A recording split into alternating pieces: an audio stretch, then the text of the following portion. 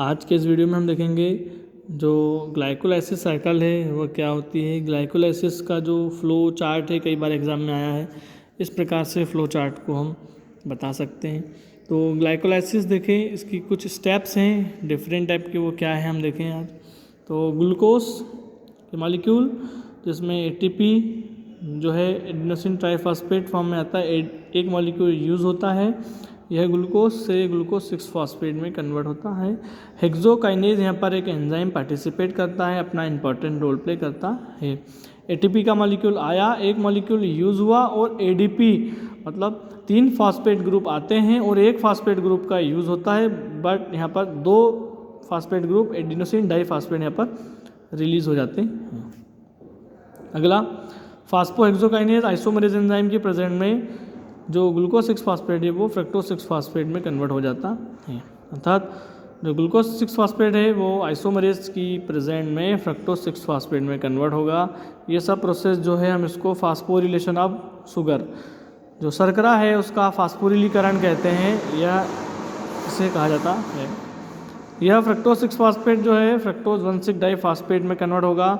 यह होगा फास्फोफ्रक्टोकाइनेज एंजाइम की प्रेजेंट में, फास्फोफ्रक्टोज काइनेज की प्रेजेंट में फ्रक्टोज 1,6-डाइफॉस्फेट को बनाता है। एल्डोलेज एंजाइम से रिएक्शन होगी यहाँ पर और यह 3-फास्फोग्लिसरैल्डिहाइड का फॉर्मेशन करेगा। फ्रक्टोज 1,6-डाइफॉस्फेट एल्डोलाइज से रिएक्शन करेगा एल्डोलेज एंजाइम से और ये बनाएगा 3-फास्फोग्लिसरैल्डिहाइड, और यहाँ पर डाइहाइड्रोक्सीएसीटोन फास्फोट जो है बाहर रिलीज होगा, जो कि आइसोमरेज की प्रेजेंट में रिएक्शन होगी और ये 3-PGALD अर्थात फास्फोग्लिसरैल्डिहाइड जो एंजाइम है डिहाइड्रोजनेज, इससे 1,3-डाइफॉस्फोग्लिसरैल्डिहाइड में कन्वर्ट होगा। यहाँ थे 3-फास्फोग्लिसरैल्डिहाइड, बट यहाँ पर जो एंजाइम है डिहाइड्रोजनेज उसकी प्रेजेंट में 1,3-डाइफॉस्फोग्लिसरैल्डिहाइड में यहाँ पर कन्वर्जन होगा। ये सब प्रोसेस कहला रही है स्प्लिटिंग ऑफ शुगर, यहाँ तक की, ठीक है। आगे देखें, यहाँ से स्टार्ट होता है बनना हमारा पायरुविक एसिड, क्योंकि ग्लूकोज के मॉलिक्यूल से पायरुविक के एसिड जो पायरुविक अम्ल है उसका जो 2 मॉलिक्यूल है, मतलब ग्लूकोज के एक मॉलिक्यूल से पायरुविक अम्ल के 2 अणुओं का फॉर्मेशन ग्लाइकोलाइसिस साइकिल कहलाता है। आगे देखिए, हम इसमें स्प्लिटिंग ऑफ शुगर हो गया।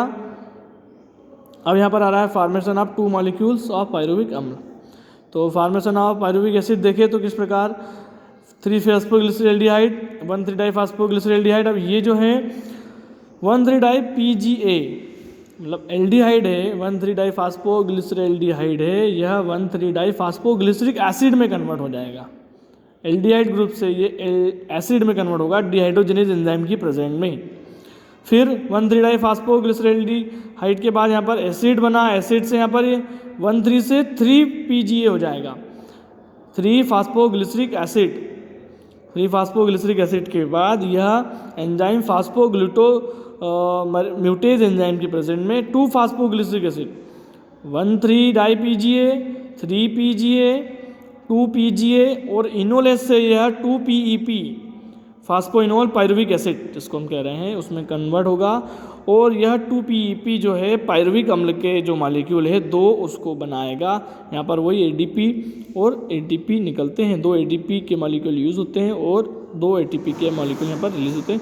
पायरुविक काइनेज एंजाइम की प्रेजेंट में होने वाली है यहाँ पर रिएक्शन। इस प्रकार ग्लूकोज के एक मॉलिक्यूल से पायरुविक अम्ल के 2 अणुओं का बनना ग्लाइकोलाइसिस जो है कहलाता है। इसमें देखिए 3 स्टेप में कंप्लीट हो रहा है, यहाँ से यहाँ तक ये जो है इतना, इस प्रोसेस को हम कहेंगे, ये जो फ्रक्टोज 1,6-डाइफॉस्फेट हैगा यहाँ तक हम कहेंगे फास्फोरिलेशन ऑफ शुगर, अर्थात शर्करा का फास्फोरिलीकरण। आगे देखें स्प्लिटिंग ऑफ शुगर, शुगर के मॉलिक्यूल का स्प्लिट होना टूटना, तो ये जो प्रोसेस है यहाँ से स्प्लिटिंग कहला रही है। यहाँ से स्टेप जो स्टार्ट हो रही है इसको हम कहते हैं पायरुविक अम्ल का बनना। ग्लाइकोलाइसिस क्यों इंपॉर्टेंट है?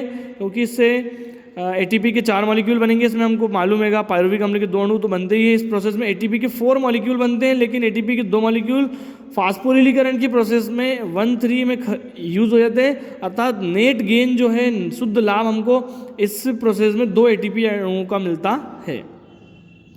इसमें ग्लूकोज में स्टोरेज एनर्जी एटीपी और NADPH2 अणुओं में संचित होती रहती है। ग्लाइकोलाइसिस की प्रोसेस में ही ऑक्सीजन की आवश्यकता नहीं होती, अर्थात कार्बन डाइऑक्साइड भी उत्पन्न नहीं होती। ग्लाइकोलाइसिस की जो प्रोसेस है इसकी क्रिया में O2 की रिक्वायरमेंट नहीं होती तथा CO2 भी उत्पन्न नहीं होती है। तो काफ़ी हमारे लिए इंपॉर्टेंट है और हमें ATP के मॉलिक्यूल भी यहाँ पर मिल रहे हैं। तो हमारे लिए ग्लाइकोलाइसिस साइकिल श्वसन जो रेस्पिरेशन की प्रोसेस है इन पे इंपॉर्टेंट रोल प्ले करती है।